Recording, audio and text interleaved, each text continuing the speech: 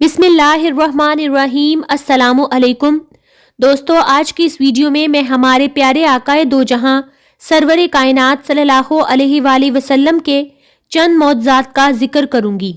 حضرت جابر رضی اللہ تعالی عنہ سے روایت ہے کہ ہم غزوہ خندق کے موقع پر خندق کھود رہے تھے، ایک سخت پتھر اس میں آ نکلا جو کسی طرح ہم لوگوں سے نہ ٹوٹ سکا۔ حضور صلی اللہ علیہ وآلہ وسلم کو جب خبر ہوئی تو آپ صلی اللہ علیہ وآلہ وسلم تشریف لائے اور خندق میں اترے۔ آپ صلی اللہ علیہ وآلہ وسلم نے پتھر پر ایسی کاری ضرب لگائی کہ پتھر ریزہ ریزہ ہو گیا۔ حضرت جابر رضی اللہ تعالی عنہ کا بیان ہے کہ خندق کھودنے والے 1000 آدمی تھے۔ آپ صلی اللہ علیہ وآلہ وسلم نے مجھ سے فرمایا کہ جب تک میں نہ آؤں ہانڈی چولہے پر سے نہ اتارنا اور روٹی بھی پکوانی نہ شروع کرنا۔ پھر آپ صلی اللہ علیہ وآلہ وسلم تشریف لائے اور اپنا لعاب دہن مبارک گندے ہوئے آٹے اور ہانڈی میں ڈال کر دعا فرمائی۔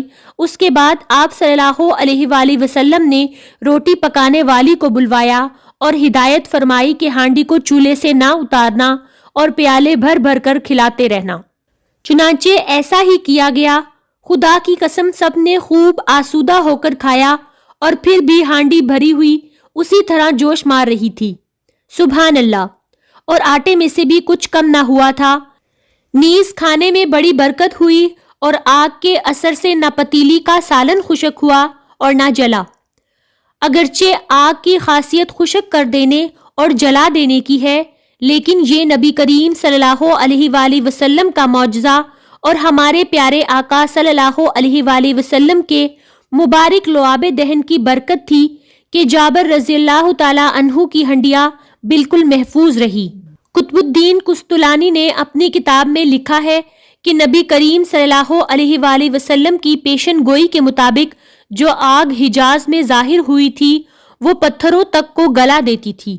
وہ آگ حرم کے پتھروں تک پہنچی جس کا آدھا حصہ حرم سے باہر تھا اور آدھا حصہ حرم میں داخل تھا۔ باہر والے حصے کو اس نے جلا کر خاک کر دیا اور جب آگ دوسرے حصہ پر جو حرم میں داخل تھا پہنچی تو وہ خود بخود بجھ گئی۔ قرطبی نے لکھا ہے کہ وہ آگ مدینہ سے 1 منزل کی دوری پر ظاہر ہوئی تھی، دریا کی طرح اس کی موجیں اٹھتی تھیں اور اس کا اثر اتنی دور تک پہنچا کہ یمن کے گاؤں تک کو بھی جلا ڈالا، لیکن باوجود اس کے مدینہ کی جانب اس آگ سے ٹھنڈی ہوا نکلا کرتی تھی۔ سبحان اللہ۔ نسیم الریاض میں لکھا ہے کہ ادیم ابن ظاہر علوی کے پاس حضور صلی اللہ علیہ وآلہ وسلم کے منہ مبارک تھے جن کی تعداد 14 تھی۔ انہوں نے حلب کے ایک امیر کے پاس جو علوی سے محبت رکھتا تھا ان بالوں کو بطور ہدیہ پیش کیا۔ امیر حلب نے ان بالوں کو بڑی عزت و تکریم سے قبول کیا اور علوی کی بھی معقول خدمت کی۔ ایک مدت کے بعد وہ علوی جب اس امیر کے پاس گیا تو امیر حلب نے اس علوی سے رخ دے کر بات نہ کی۔ علوی نے غصے کا سبب پوچھا کہ امیر نے بتایا کہ میں نے سنا ہے جو بال تم لائے وہ حضور صلی اللہ علیہ وآلہ وسلم کی جانب غلط طور پر منسوب کیے گئے ہیں۔ علوی نے کہا ان کو منگوائیے۔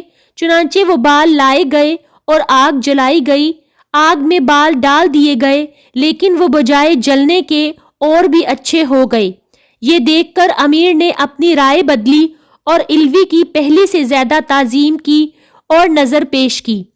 سبحان اللہ۔ یہ ہمارے پیارے آقا دو جہاں ہی کا معجزہ تھا کہ آگ نے بال پر اثر نہ کیا۔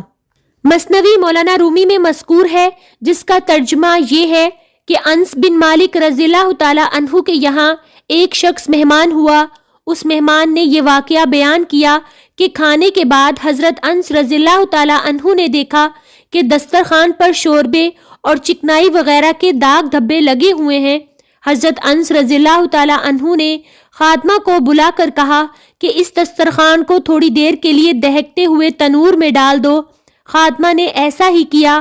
اس وقت تمام مہمان اس دسترخوان کے جلنے اور چکنائی کا انتظار کرنے لگے، لیکن یہ دیکھ کر حیران ہو گئے کہ یہ کپڑا جلنے کی بجائے بالکل بے داغ ہو گیا اور خادمہ نے صاف ستھرا اجلا دسترخوان تنور میں سے نکال لیا۔